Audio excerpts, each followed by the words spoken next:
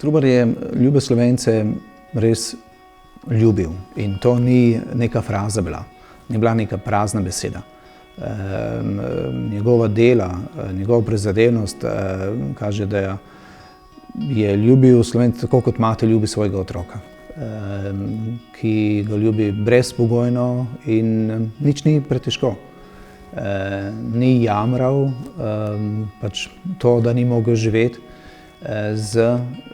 Tu in tam je pojamral, da je bil v tem nikdar domu, pač kot nekaj, nad čim je potožil, ampak ni se vdal temu, ampak je v tistih okoliščinah še zmeraj vse naredil za svoje ljube Slovence.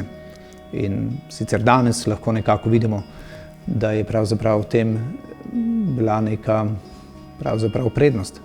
Ne bi toliko natisnil, če bi bil za svojimi ljubimi Slovenci.